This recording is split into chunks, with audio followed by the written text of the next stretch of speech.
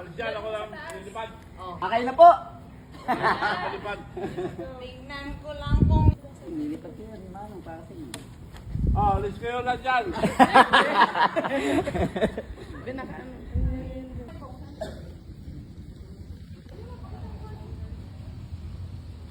Sakay na siya. Video ko.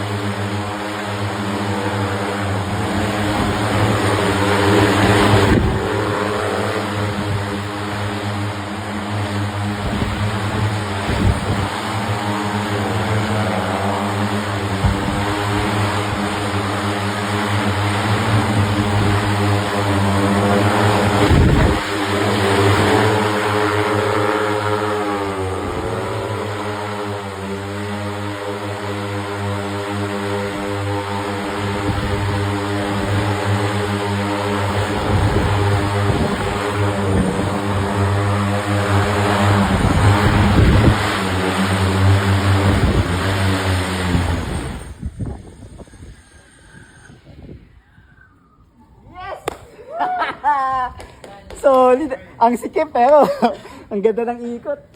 Philippines first hoverbike po. Lalo na pag traffic.